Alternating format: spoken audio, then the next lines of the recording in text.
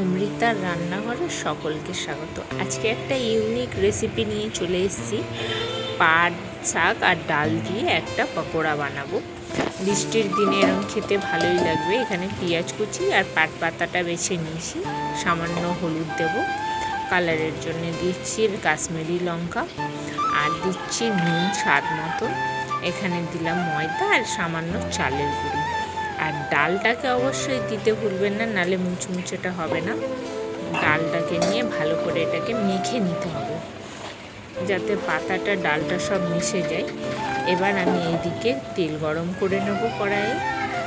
তেলটা গরম হয়ে গেলে তারপরে একটা একটা করে আমার পকোড়াগুলো দিয়ে দেবো, যাতে জড়িয়ে না যায়, তাই একটু ফাঁকা ফাঁকা দিচ্ছি। এরকমভাবে সাইডে সাইডে সবগুলোকে দিয়ে দিচ্ছি যে কটা তেলের মধ্যে ধরছে। তো বন্ধুরা, ভিডিওটি ভালো লাগলে লাইক এবং চ্যানেলটিকে সাবস্ক্রাইব করে দেবেন। আর নেক্সট ভিডিও দেখার জন্য সকলকে আমন্ত্রণ জানাই। আর এটা কেমন লাগলো অবশ্যই কমেন্ট বক্সে জানাবেন। তো এখানে আমার এগুলো দেখতে পাচ্ছ লাল হয়ে এসছে, পুরো নাড়াচাড়া দিয়ে আমি ভেজে নিচ্ছি। কালারটাও খুব সুন্দর হয়েছে, সবুজ পাতার মধ্যে তো পকোড়াগুলো তাও লালচে লালচে এসে গেছে। এবার আমি তেল দিয়ে এটাকে ছেঁকে নেব। তেলটাকে ঝরিয়ে নিচ্ছি। তেলটা থাকলে টেস্টটা একদম ভালো লাগবে না, তাই তেলটা ভালো করে ঝরিয়ে নিতে হবে। এরকমভাবে তেলগুলো ঝরছে।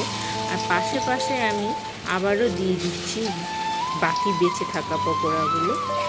তো এরকমভাবে প্রত্যেকটা আমি পকোড়াটা দিয়ে নিচ্ছি।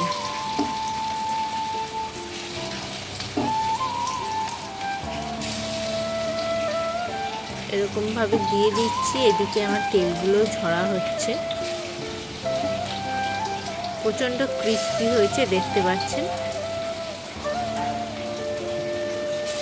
পাট শাকের পকোড়া, আর এটা স্বাস্থ্যের পক্ষে খুবই ভালো, হেলদি।